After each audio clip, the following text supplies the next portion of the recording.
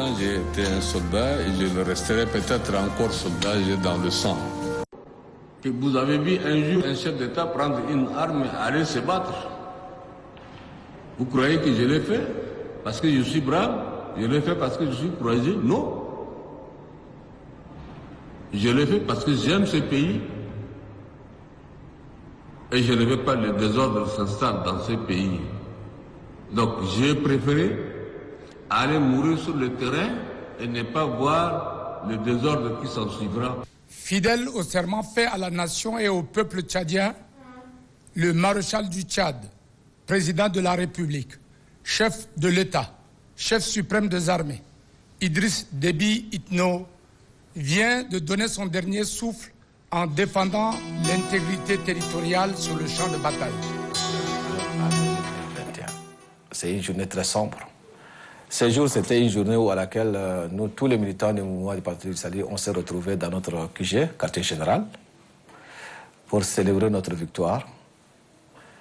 Et après l'annonce des résultats, on s'est retrouvés le lendemain matin, au niveau des QG toujours, même si on entendait parler de gauche à droite que la guerre a pris d'ampleur un peu au nord. Mais nous étions toujours dans l'élan d'organiser notre fête pour accueillir notre maréchal, notre champion. Et à la fin, nous avons appris à travers France 24, les réseaux sociaux, cette mauvaise nouvelle. C'est la plus mauvaise nouvelle qu'on a appris sur cette heure, depuis que nous sommes.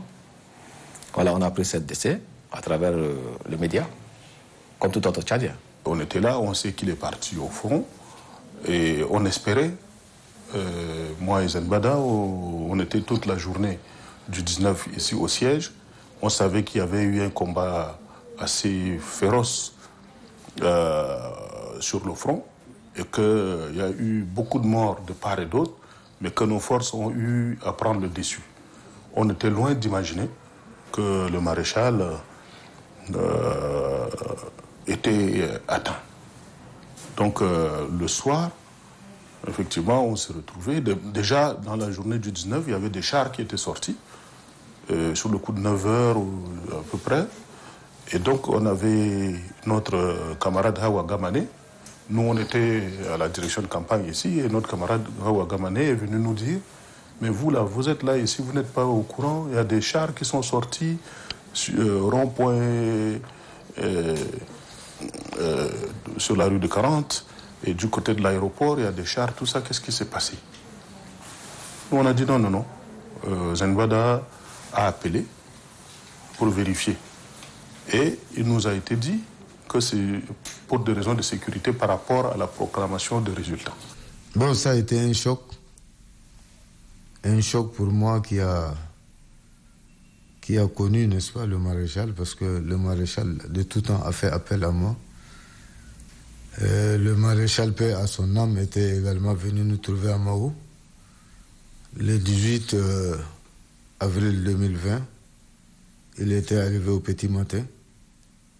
J'étais la dernière personnalité administrative et politique à le rencontrer, n'est-ce pas, à l'aéroport de Mao. Nous avions échangé avec le défunt maréchal, paix à son âme, avant qu'il quitte, n'est-ce pas, pour aller sur le théâtre des opérations. C'est à 175 km de Mao. Le 19 avril, la nuit, nous étions en train de célébrer la victoire du maréchal Idriss Déby Itno. Nous étions loin de nous imaginer qu'il était tombé arme à la main au front. C'était dans la joie, dans la Grèce. Et les tirs qui s'en suivaient étaient pour nous une expression d'avoir fait un travail formidable qui a permis d'avoir plus de 79% de voix, et c'était pour nous une victoire. Et en veillé très tard, le lendemain matin, il était normal que je puisse prendre quelques temps pour après le repos du guerrier. J'ai été réveillé par un coup de fil, par une de mes filles, tout en pleurs, qui m'annonça le décès du maréchal. Je dis, mais attends, je pensais que j'étais en train de rêver, c'est pas possible. je me suis pincé. Je sais pas. Je dis, mais arrête de parler d'histoire d'Internet, les fake news, parce que c'est la méchanceté. Elle m'a dit non, c'est la télé 4 qui vient dans nos yeux. Je vous assure que le ciel s'est écroulé sur moi. J'en croyais pas à mes oreilles. Il a fallu peut-être après juste l'entraînement pour me rendre compte que le Marshal n'était plus. Mais même maintenant, quand je vous parle du Marshal, pour moi, je me dis, est-ce que c'est vrai? Est-ce que c'est vrai? Mais étant musulman, pratiquant, il me dit que Dieu fait toujours les choses dans les ordres et que l'homme est poussière et il repartira poussière. Donc, pour nous, c'était un choc. Moi, comme d'habitude, dès qu'il y a un événement qui se passe, donc automatiquement, je pars à l'hôpital militaire, le garnison, pour renforcer nos médecins militaires, pour voir qu'est-ce qu'ils en ont, qu'est-ce qui leur manque. Donc, on était à l'hôpital militaire quand il y a eu des murmures, quoi. Il y a certains qui nous disent non, il y a des généraux qui étaient blessés. Il y a d'autres qui nous disent non. Il paraît le chef est blessé. Donc, on était dans le doute. J'ai commencé à avoir peur, sincèrement. Alors donc, on était là et puis automatiquement, quand ils ont appelé, je ne sais pas qui était au téléphone, qui ont demandé à Dr Brahim pour prendre l'ambulance seule et venir à l'aéroport. Et on était là en train de discuter avec le général Dr Salim Oussou. On voyait un hélicoptère venir vers la présidence. Et puis, ça a fait demi-tour. Donc, et c'est là que j'étais effrayée. J'ai dit, mais qu'est-ce qui se passe là?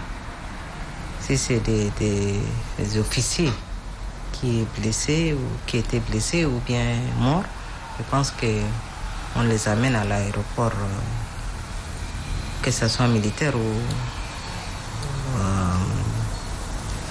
civil, pour les acheminer vers les hôpitaux. Mais qu'est-ce qui se passe? Alors donc, et tout d'un coup, ma réaction était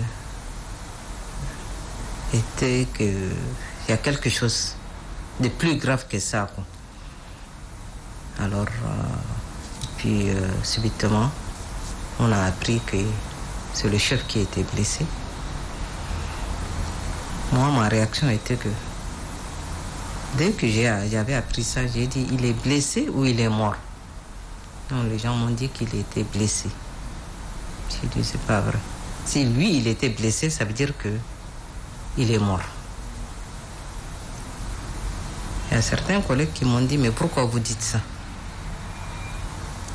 J'ai dit, lui, avec toutes les prières que les gens sont en train de lui faire, avec toute la protection qu'il a, s'il était blessé, ça veut dire qu'il est mort. J'avoue que quand nous avons appris la nouvelle le 20 avril, c'était comme un coup de massue qui était tombé sur notre tête. Et le ministre d'État et le ministre secrétaire général du président de la République, M. Kalzévé Débé, il nous avait réunis dans la salle pour évaluer un peu la situation qui prévoyait dans le Nord Canem. Et nous tous, on ne savait pas ce qui s'est passé exactement. C'est à la sortie qu'on nous a informé que le président a été dans un premier temps touché, blessé, et après il est décédé. Quand on nous a annoncé le décès du maréchal du Tchad, paix à son âme, j'étais à l'université effectivement en train d'accomplir les travaux du jury avec mes collègues. Par le passé, j'étais président du jury. Et en plein travaux, un ami m'appelle du quartier pour me dire de façon crue que le chef est tombé. Alors là, directement, les papiers qui étaient entre mes mains, sont tombés sans que je ne le sache. Alors les collègues m'ont demandé qu'est-ce qui se passe. J'ai dit non, juste un appel qui indispose un peu. Et brusquement, le doyen de la faculté est entré. Il nous a dit, écoutez, triste nouvelle, le président de la République est décédé. Et là, immédiatement, on a tout interrompu. Nous avons tout fermé sur ses instructions. Et puis, on est rentré. Et c'était difficile de rentrer parce que tout le monde voulait arriver à la maison parce qu'on ne sait pas ce qui adviendra plus tard. J'étais au bureau. C'était d'abord le lundi, à la veille. Les citoyens ont proclamé les résultats des élections. Nous étions à la place de la Nation. Le mardi, je me souviens très bien, c'était encore au mois de Ramadan. J'étais au bureau ici. Et je suis un peu fatigué comme c'est le Ramadan. Vers le 11h, un grand frère m'appelle au téléphone. Tu es où? Je lui dis que je suis au bureau. Il m'a dit, tu n'as pas regardé la télé? J'ai dit non. Il m'a dit que le le maréchal est décédé. C'était vraiment très émouvant pour moi. Et je ne sentais pas mes pieds. Franchement, c'est une paralysie totale. Alors, c'est là qu'il m'a dit qu'ils ont mis le conseil militaire de transition.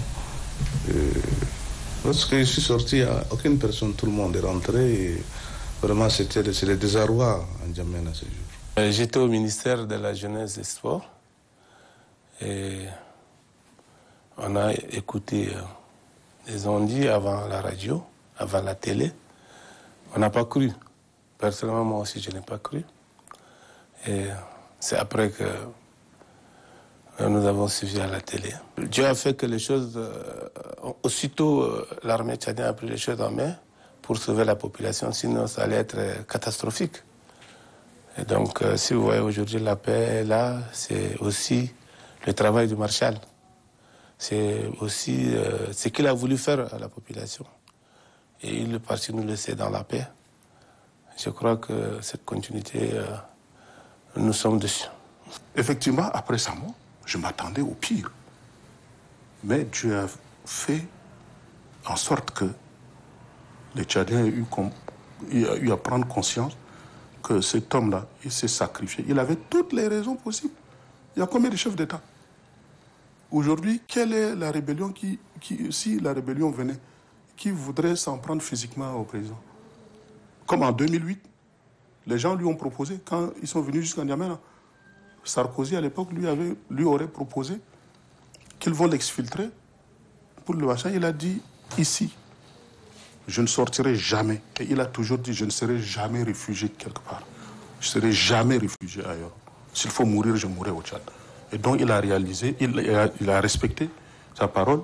Et il a surtout, pour les militants du MPS, nous sommes trop portés sur le calcul d'intérêt.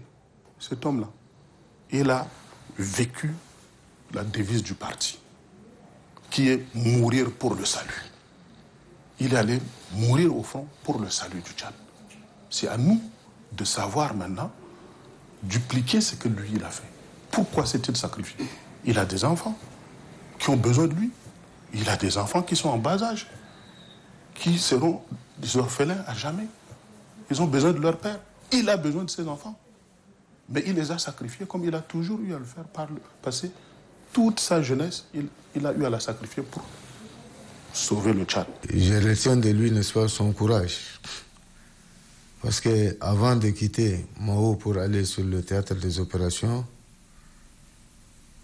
le maréchal m'a dit que s'il va, n'est-ce pas, sur le théâtre des opérations, c'est pour éviter, n'est-ce pas, que la guerre ait lieu, n'est-ce pas, à Mao. Et de tout temps, il avait dit qu'à Mao et à Pala, c'est les deux villes qui n'ont jamais connu de guerre. Et que lui, il ne permettrait pas que ces aventuriers viennent, n'est-ce pas, s'aimer le désordre dans la ville de Mao. Donc, il est allé, n'est-ce pas, pour stopper net, n'est-ce pas, la progression des rebelles, n'est-ce pas, en dehors, n'est-ce pas, de Mao, à 175 km, n'est-ce pas, de Mao, dans la zone d'Ariane, dans le département du Nord-Canem. Et donc, je retiens, n'est-ce pas, du maréchal, un homme brave, courageux, téméraire, qui a fait, n'est-ce pas, de la défense de la patrie, n'est-ce pas, son credo. J'ai eu mon baccalauréat en 90 avec l'avènement du MPS. Entre-temps, la bourse, tu ne peux pas l'avoir comme ça. Il faut avoir d'abord un arrêté du président. Mais avec l'avènement du MPS, le président a décentralisé la bourse au niveau, juste au niveau de la direction des bourses. Donc en 90, nous sommes le grain, pour me permettre le terme, la sémence du Marshall. Nous avons eu la bourse et nous sommes partis en Algérie en décembre 90. Et après cela, après 5 ans, je suis rentré au pays. J'ai repris la vie active. J'ai côtoyé le Marshall dans la vie politique. Je suis secrétaire général provincial depuis 92. J'étais toujours directeur de campagne du Marshall. Il me connaît très bien, on a bien travaillé ensemble. Et c'est un grand maître, il nous a beaucoup appris. Et grâce à lui, nous sommes entrés aussi dans la vie active. Et c'est un père pour nous. Donc le Marshall, j'ai bien travaillé avec lui à son âme. Je pense qu'il s'est sacrifié pour sauver le Tchad. Et c'est là où les Tchadiens ont pris conscience de l'importance de cet homme, de manière unanime. Je ne suis pas sûr qu'il y ait un seul qui ait eu à se réjouir de sa mort. Même ses pires ennemis ont paniqué. Mais ça me permet de me rappeler une anecdote. Quand j'étais secrétaire général de la présidence, quand on n'a pas audience, des fois il m'appelle avec la ligne interne et après je reste dans son petit bureau avec lui. Là, il me taquine, on échange parce que on a des relations quand même assez très proches.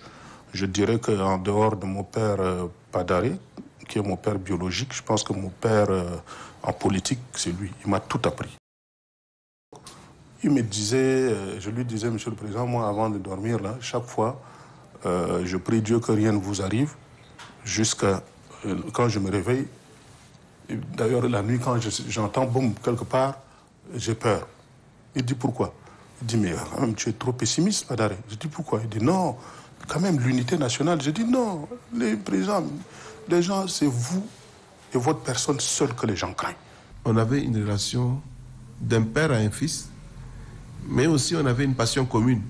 C'était l'Afrique. Notre passion commune, c'était le Tchad. Notre passion commune, c'était tout simplement le développement de ces pays. Et on était très jaloux de ces pays-là. Il a vite vu en moi quelqu'un qui n'acceptait pas qu'on ternisse l'image du Tchad. Et lui, il était à cheval. Dès que vous parlez du Tchad, à mal, ça le hérissait ses cheveux. Et il ne pouvait pas accepter ça. Et moi, également, j'avais cette passion. C'est qu'à chaque fois qu'on avait cette expression-là, je ne pouvais pas me permettre ça. La plus grande histoire, c'est qu'on était un jour en réunion de santé. Vous savez que chaque mois, il tenait une réunion de santé. Il y a un représentant d'une organisation internationale qui s'est levé pour saluer cela, pour magnifier le chef de l'État, pour dire qu'il était bien et tout. Alors qu'avant d'entrer en salle, j'avais vu le site de cet organisme-là. Ils avaient dit que le Tchad avait le cas de malnutrition sévère. Et ils ont déclaré ça. Mais le même type vient dans la salle, il vient dire au chef de l'État, vous êtes le meilleur. Moi, ça me rend compte qu'il était là, j'ai dit, vous mentez, monsieur. Et je crois que ça nous a rapprochés ces jours-là. Ça nous a beaucoup rapprochés parce que je dis non. Pour tous ceux qui ternissent l'image du Tchad, le chef Marshall n'était pas d'accord avec lui. Et ce que j'ai retenu, c'est surtout la largesse de cet homme. Il est large. Tous ceux qui l'ont rencontré sont sortis, en tout cas avec le sourire, dans la majorité. Particulièrement, il nous a rencontrés, on était encore étudiants, et il nous a dit un mot très fort, que le Tchad est comme votre père et votre mère, et il faut tout faire pour le protéger. C'est ce qu'il nous a dit. On était à Cotonou, à l'université, Et je retiens de lui un homme intrépide, hein, un homme qui ne veut pas se laisser faire. Il est un homme politique exceptionnel. Et il est déterminé à atteindre ses objectifs. C'est quand j'observe politiquement, je vois en lui un homme qui a une détermination. C'est peut-être au vu de sa formation militaire, de sa formation d'homme d'État, un officier de haut niveau. Et là, il ne baisse pas les bras tant qu'il n'atteint pas ses objectifs. Et là, je retiens en lui ces deux choses. Et seulement qu'il a commencé, et les chantiers ne sont pas finis, et il est parti. Donc, nous ne pouvons qu'exprimer notre regret. Mais nous allons rester toujours dignes, sereins, pour continuer les œuvres qu'il a laissées à tout le peuple tchadien. Les œuvres de la culture de la paix, les œuvres de la culture du travail, et de l'amour du prochain, et de la largesse d'esprit, comme il a toujours fait. Parce que quand on était étudiant, je me rappelle, il nous appelait mes enfants. Et quand on est venu également ici, là, l'université, le bureau dans lequel je suis, c'est construit par le fonds propre du Tchad, et c'est son règne. Donc je ne peux qu'exprimer ma satisfaction et garder cela comme un souvenir et pour apporter un travail bien fait pour la nation tchadienne dont il a eu à gérer. C'est difficile de vous expliquer seulement. Je n'ai pas travaillé seulement avec lui. Lui, c'est un grand frère. Il m'a vu grandir, quoi. Donc, lui, c'est une personne. Dieu est témoin. C'est une personne tellement qu'il est honnête. S'il a confiance à toi, même si tu le trahis, il ne le croit pas. Il faut qu'il le voie avec ses propres yeux.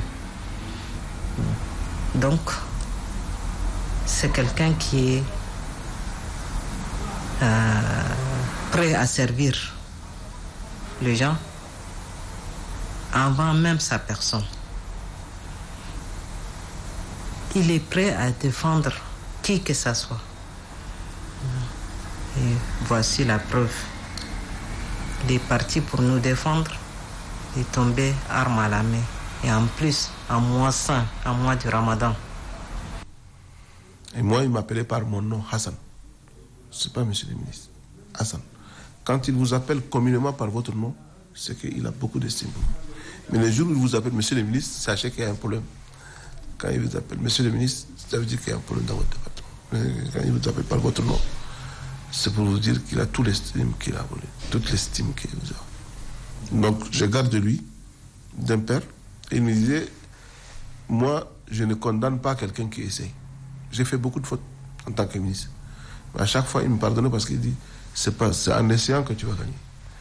Une des fois où je pensais même que j'allais partir du gouvernement, il m'a fait convoquer chez lui avec un ancien premier ministre qui est vivant d'ailleurs. Il se reconnaîtra. Il a dit, il faut aider Hassan à travailler. Parce qu'il ose. Et moi, je veux des jeunes qui osent, qui ont de l'audace. Donc, Hassan, on ne te condamne pas pour ce que tu as fait. On te félicite plutôt. Alors que c'était une faute politique que j'ai faite. Mais il m'a encouragé et il m'a donné encore plus de moyens pour parvenir à mes objectifs. Assignés par le gouvernement, bien sûr. Donc, je garde l'image d'un homme qui savait former les gens et qui écoutait. Il a le sens de l'écoute, je vous assure. Sa force, c'est qu'il n'oublie pas. Sans tenir note, il n'oublie pas. Si un ministre vient lui raconter une histoire, il note. Et vous pouvez venir un an plus tard et dire, tel jour, vous m'avez dit telle chose. Donc, une forte capacité d'écoute, mais aussi une forte capacité de souvenir. Le maréchal, il apprécie les gens qui travaillent. Je n'ai jamais demandé à rencontrer le président, mais il m'a fait appel. Il m'a dit, appelez-moi ce petit-là, je suis venu le voir face à face. On a discuté, il a apprécié le travail de sensibilisation que nous faisons dans notre province. Et il nous a rassuré qu'il va nous accompagner à aider les jeunes dans les provinces et autres. Donc, c'est ce qui a été fait. C'était pour nous une grande tristesse. Une grande tristesse pour moi qui avais eu à travaillé auprès de lui en tant que membre du gouvernement, ministre du pétrole et de l'énergie. J'avoue qu'on avait, dans un premier temps, on avait dépassé le stade qu'il m'appelait Monsieur le ministre, parce que presque à la fin que je sorte, des fois on était trop intimement liés de tous les services qui étaient à la charge de mon département où je faisais un certain nombre de projets et qui marquaient son accord, et il était agréablement surpris de certaines décisions que je prenais à mon niveau. J'ai eu à travailler comme très proche collaborateur du maréchal Dauphin de 2016 à 2021. Idriss Déby Itno incarnait pour moi du courage, de la gloire, de l'intégrité, de la dignité, de l'humilité, de la générosité et surtout du pardon. C'est un homme qui a su pardonner, accepter, voire même associer même ses adversaires qui, armes à la main, l'avaient même combattu, mais au finish, il les a rapprochés pour les pardonner et voire même les associer même dans la gestion de la chose publique. Idriss Déby Itno était une boussole. C'était un homme d'une immense qualité humaine. Il avait cette ingéniosité, cette intelligence de discuter et de dire la vérité. Une anecdote que je n'oublierai jamais. Cette anecdote, on s'est préparé pour lui dire que voilà, les artistes tchadiens souffrent, qu'on est au nombre de 12 ou 15 artistes. Là, je me rappelle, entre 2010 et 2011, c'était au palais du 15 janvier, on était alignés. Et lors de son passage avec madame, nous disons que voilà, aujourd'hui, on va dire nos sorts, que voilà, nous, on souffre beaucoup. Et finalement, le jour qu'il est en train de nous saluer, salut les jeunes, félicitations, je vous écoute, en tout cas, allez en avant. On se met à rire seulement. On a oublié nos projets, on va les dire seulement. Tout le monde a oublié que voilà, on s'est mis à rire, que voilà, il y a des youyou partout. Et subitement, il y a des dizaines de mètres de nous qu'on se rappelle, hey, voilà, comment Yadjama. Finalement, on n'a rien pu parler à Maréchal. Les jours, vraiment,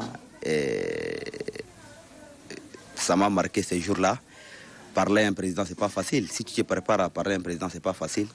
Mais ces jours-là, vraiment, on a préparé beaucoup de choses pour lui, mais malheureusement, on n'a pas pu dire. D'abord, le bilan qu'il faut faire, n'est-ce pas,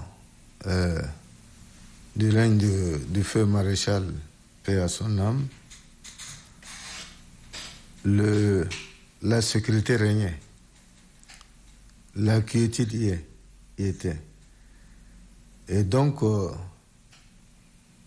il faut reconnaître d'abord dans un pays, n'est-ce pas, c'est la sécurité et la paix. Il n'acceptait pas le désordre.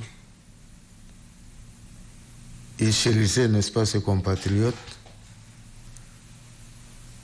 Il souhaitait, n'est-ce pas, que du progrès et du bonheur au peuple tchadien. Il s'est donné corps et âme. Aujourd'hui, s'il est tombé sur le champ d'honneur, armes à la main, c'est pour la défense de la patrie. Vraiment, le bilan est exhaustif. Et c'est un bilan aussi positif. Le Tchad doit tout au maréchal. Le bilan, il est très large. Même dans ma province, je ne peux pas vous relater parce que j'oublie certaines réalisations. Mais quand même, ce qui est remarquant, entre-temps, nous avons une seule université. L'université d'Ardjamdjoumal, on appelle l'université de Niamey, l'unique université. Aujourd'hui, il y a plusieurs universités. Dans toutes les provinces, vous remettez, il y a des instituts, il y a des universités. Ça, c'est les infrastructures scolaires et académiques. Il y a aussi les routes. Regardez la route d'ici, N'Djamena, Mondou, Sar. Il faut voir la route N'Djamena à Péché. Allez-y parler à Djarlamis. Maintenant, vous parlez de Massaguet jusqu'à Massakori, de Massakori jusqu'à Ngouri, et il y a plusieurs projets. Donc les réalisations sont très grandes, et elles parlent d'elles-mêmes. Elles parlent d'elles-mêmes parce que le maréchal a fait beaucoup au Tchad. Donc elles sont nombreuses, de peur que je ne peux pas citer certaines choses, mais dans ma province, il y a aussi la raffinerie de Djarma, c'est dans ma province. il y a les projets d'abattoir, il y a plusieurs choses. Entre-temps, rien que le carburant, on dépend du Nigeria et du Cameroun. Mais regardez, aujourd'hui, la raffinerie de Niamey a fait tout pour nous. Donc les réalisations sont nombreuses, que ce soit sur le plan international. Plusieurs cadres sont maintenant occupent des postes, des hauts postes, dans les différentes organisations mondiales. Donc le Marshall a fait beaucoup pour le Tchad. Vous savez, en 90, lorsqu'il a pris le pouvoir, nous étions au lycée déjà. On sait déjà, nos parents se soignent où et nous étions où. Après 2021, si on regarde un peu le Tchad, il y avait assez d'investissements, surtout en matière de la santé. Les gens ont investi des montants très intéressants, que ce soit les partenaires ou l'État tchadien. La population tchadienne a augmenté aussi. Les maladies aussi, il y a des épidémies qui sont sorties de gauche à droite. Mais toutefois, le Marshall a fait face. En termes d'infrastructures, il les a construites jusqu'au fond du village. Ça, on ne peut pas les quantifier parce que tellement qu'il a mis comme priorité. En termes de personnel soignant, alors, il a libéralisé un peu l'école publique. En tout cas, Marshall a beaucoup fait. Marshall a trouvé un pays chaos. Moi, je me rappelle quand j'étais footballeur, au temps de Hissène Habré, on voyageait avec un passeport volant. On n'a pas de passeport.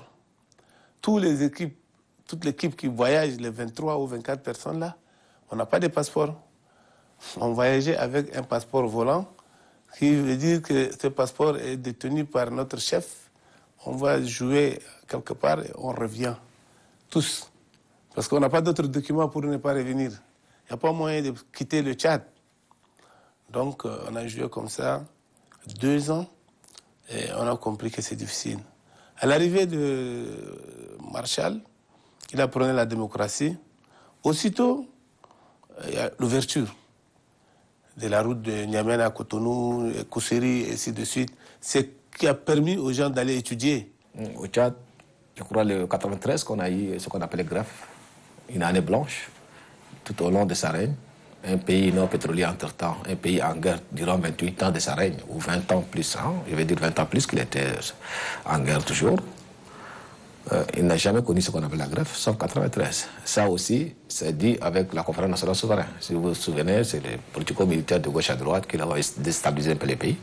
Sinon, le monsieur aussi a mis assez de moyens, mais sauf que une seule personne ne peut pas faire des résultats. Toutes les personnes qui s'est approchées pour les confier des missions n'ont pas réellement respecté leur engagement. Que ce soit les enseignants envoyés à leur mission, qui les a recrutés, intégrés et payés les salaires. On prend aussi l'exemple des parents, nous avons abandonné aussi. Donc on ne peut pas mettre le manquement actuel de l'éducation sur le dos du Marshall, mais lui, de son côté, il a déjà investi. Il a tellement investi que, en termes de l'enseignant, on a assez d'enseignants. Même s'il y a certains qui les affectent ailleurs, ils refusent d'aller chez les autres, ils disent « Oh, le Tchad, c'est le Tchad. Hein. » Aujourd'hui, Marshall a fait de telle manière que le Tchad est devenu le centre de l'Afrique. Tous les problèmes de Boko Haram, les problèmes de terrorisme, les problèmes d'intervention un peu partout, les gens sollicitent le Tchad. Même si les plans sportifs ne sont pas tellement connus, mais sur le plan vraiment international, on est connu. Quand le Marshall est tombé, les États-Unis ont fait deuil. Ils ont descendu les drapeaux. Il n'y en a pas partout. Il y a des présidents qui sont morts, on n'a jamais fait ça. Donc, voilà ce que je retiens de Marshall. J'ai été ministre de la Communication, donc je vous dirais aujourd'hui le siège de l'ONAMA. Ce siège-là, contre vents et marées, avait le jour. Et aujourd'hui, ça fait la fierté du Tchad. En Afrique centrale, il n'y a aucune télévision qui a les moyens qu'on a mis sur cette télévision. Aucune télévision en Afrique centrale. Ni les infrastructures, ni les moyens techniques. Même si aujourd'hui vous l'utilisez à 30%, les capacités de cette télévision devaient faire du Tchad le hub de nouvelles technologies. Ça, c'est la première réalisation que je trouve. Mais la réalisation la plus palpable, c'est l'unité des Tchadiens. Hein. Quoi qu'on dise, quoi qu'on fasse, il a réussi à avoir la stabilité dans ce pays-là. quand nous savons qu'aujourd'hui, le Tchad est entouré des foyers de tension, autant de Marshall nous était un havre de paix. Havre de paix parce qu'il tenait à ce que ses concitoyens soient sécurisés. Donc je dirais ça, c'est la meilleure réalisation. La paix, l'unité du Tchadien. Et au-delà, la dernière campagne, il a dit simplement, ce n'est plus le brassage. Non, je veux un Tchad de solidarité. Un Tchad de solidarité, c'est important. Donc, je retiens de lui cela. Idriss Déby Itno a ouvert cette possibilité à ce qu'il y ait aujourd'hui une floraison de partis politiques, une kyrielle d'associations de la société civile, une presse libre et indépendante. Tout ça, ce sont les réalisations, somme toute remarquables, posées par le maréchal défunt Idriss Déby Itno. Et en 1991, le Tchad ne présentait pas cette image-là. Il n'y avait même pas une dizaine de milliers de bacheliers, mais au jour d'aujourd'hui, sur le plan infrastructurel, il y a des réalisations énormes. En 1990, je venais de trouver mon bac, donc j'étais encore jeune. Tout ce qui nous préoccupait, c'était la paix, c'était aller à l'école, c'était aller à l'université à Farsha, c'était faire en sorte qu'on finisse nos licences, qu'il n'y ait pas de greffe. C'est tout ce qu'on savait, n'est-ce pas? Et donc, à ces temps, on se rappelait, moi j'étais président de comment on appelle, de groupe des étudiants au niveau de l'AICS à Farsha. Je me rappelais, il était venu au rectorat. Il était venu au rectorat. En ce jour-là, lui-même, il a pris le volant. On nous a convoqués et il y avait tellement de greffes. Il est venu, il s'est assis et il a dit au professeur, vous êtes tous des docteurs, n'est-ce pas? Ils ont dit oui, nous sommes tous des docteurs. Nous-mêmes, on était là, debout, mais les professeurs étaient assis. Il leur a dit, pensez à l'avenir de vos petits frères. Ne fiez pas simplement au problème de l'argent. On a traversé les périodes de demi-salaire. Maintenant, vous avez vos salaires complets. Et vous continuez toujours à laisser vos petits frères sans cours, 2 mois de grève.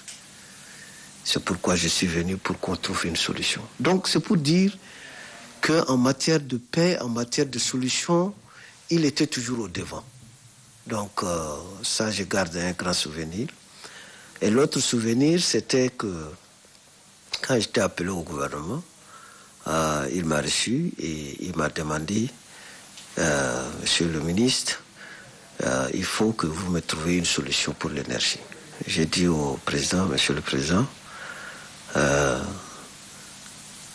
nos textes actuels ne nous permettent pas vraiment de résoudre le problème de l'énergie. Donc il nous faut venir des indépendants. Et cette loi auquel nous sommes maintenant là, on ne peut pas. Donc il a dit, change-moi cette loi. Tu peux le faire en combien de temps? J'ai dit, je peux le faire en 3 mois. Donc il a dit, tu as mon accord, il faut aller le faire. C'est comme ça qu'on a libéralisé le secteur de l'énergie en faisant adopter la loi portant sur la production de l'énergie électrique au Tchad en décembre 2019, je crois. C'est le vrai patriote. Il avait tout pour être à l'aise avec sa famille, vivre dans son cocon. Mais il a embrassé le Tchad. Mais les Tchadiens, heureusement, dans sa grande majorité, ont eu à l'embrasser et ils le regrettent. En un seul mot, c'est un homme de grand cœur. C'est un homme de grand cœur, c'est un homme très généreux. Et c'est quelqu'un, dès que tu ouvres ta bouche, il comprend ce que tu vas dire. Et ce que j'ai retenu en lui, ce qu'il a promis, il le réalise. Donc, pour l'être aimé a toujours ses défauts, mais le Marshal, c'est une image emblématique pour nous, les Tchadiens. Qu'on le veuille ou non, il a sauvé. D'une certaine manière, il a sauvé le Tchad. Et aujourd'hui, si la transition est en train d'aller sur le bon rail, c'est parce qu'effectivement, chacun de nous, on se dit, lui, il a fait sa part. Nous aussi, nous devons faire en sorte que l'unité nationale, chèrement acquise, là, la liberté, la démocratie soient sauvegardées. Il nous a quittés aux périodes où vraiment tout le monde était content, tout le monde était joyeux pour fêter sa victoire aux élections. Mais Dieu a décidé autrement. Quand nous sommes revenus en tant que conseiller en charge du pétrole et des mines, nous avons eu à le rencontrer 2 fois. Et nous avons senti 2 fois d'abord en audience et puis lors de nos périples campagnes dans les régions, nous avons senti que le maréchal disait des choses que personne ne comprenait. Franchement, moi, je ne savais pas si les autres ressentaient, mais c'était des paroles pour... Si on lisait un peu la prophétie de Saintes Écritures dans le Coran ou la Bible, c'était pour dire que c'était un au revoir. Parce qu'il était très proche de sa population et il ne cessait que de demander le pardon. Pardonnez-vous. Et lors de son dernier meeting, quand il disait que je vous demande de rentrer,